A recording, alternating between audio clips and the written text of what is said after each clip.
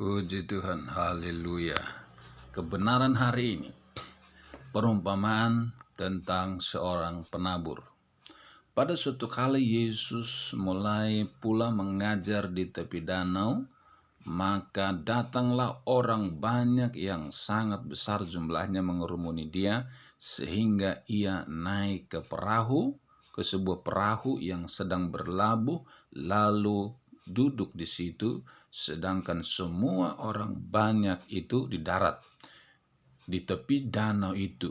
Dan ia mengajarkan banyak hal dalam perumpamaan kepada mereka. Dalam ajarannya itu ia berkata kepada mereka, "Dengarlah, adalah seorang penabur keluar untuk menabur. Pada waktu ia menabur, sebagian benih itu jatuh di pinggir jalan, lalu datanglah burung dan memakannya sampai habis. Sebagian jatuh di tanah yang berbatu-batu yang tidak banyak buahnya.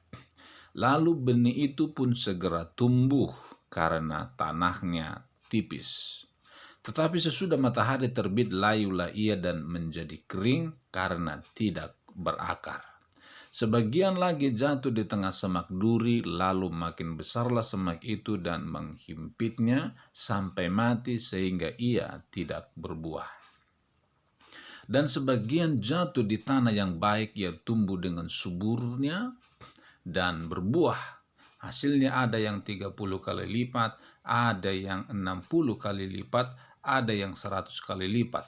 Dan katanya, siapa mempunyai telinga untuk mendengar, hendaklah ia mendengar."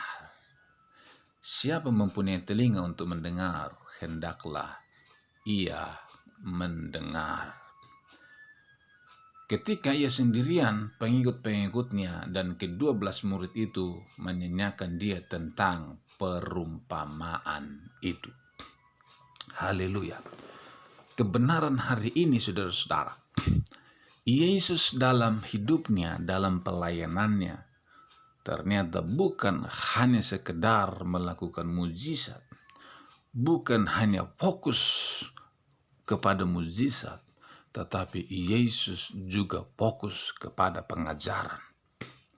Yesus mengajar mereka, mengajar murid-muridnya, dan mengajar orang banyak. Mengajar itu tujuannya apa? Mengajar tujuannya untuk membuat seseorang mengerti, memahami apa yang belum mereka tahu, supaya mereka menjadi tahu. Mengajar, menanamkan sesuatu dalam pikirannya, di dalam otaknya, yang kemudian akan mengalir kepada hati mereka. Lewat pengajaran inilah seseorang bisa mengalami perubahan pola pikir dan yang berdampak kepada tingkah laku. Saudara yang dikasihi oleh Tuhan, murid Tuhan harus belajar.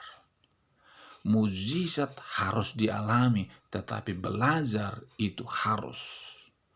Belajar membuat kita bertumbuh mengenal kebenaran, mengenal Tuhan.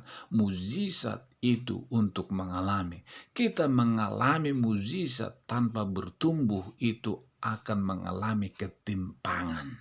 Bisa menjadi sesat.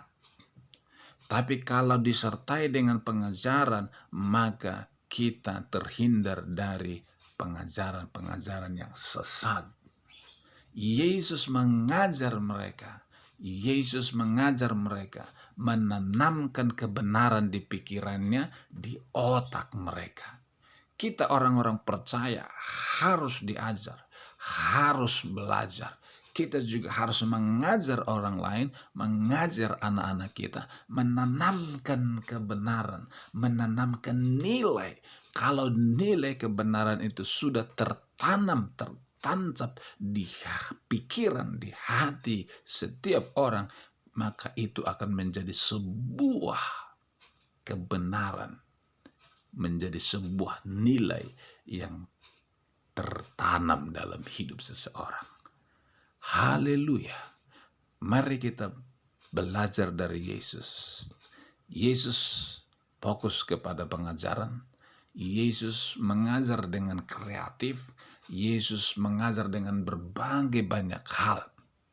Yesus tidak memakai satu cara, Yesus melakukan banyak cara yang tujuannya adalah menanamkan kebenaran. Kalau mengajar hanya monoton seperti itu dan seperti itu, metodenya seperti itu, orang bisa bosan. Tetapi kalau bentuknya metodenya bermacam-macam, orang akan semakin penasaran, orang akan semakin enjoy dalam belajar. Semakin orang senang belajar, semakin tertancap itu kebenaran. Yesus itu luar biasa. Dia guru yang baik buat kita. Marilah kita belajar dari Yesus dan kita mengajar orang lain. Tuhan memberkati kita.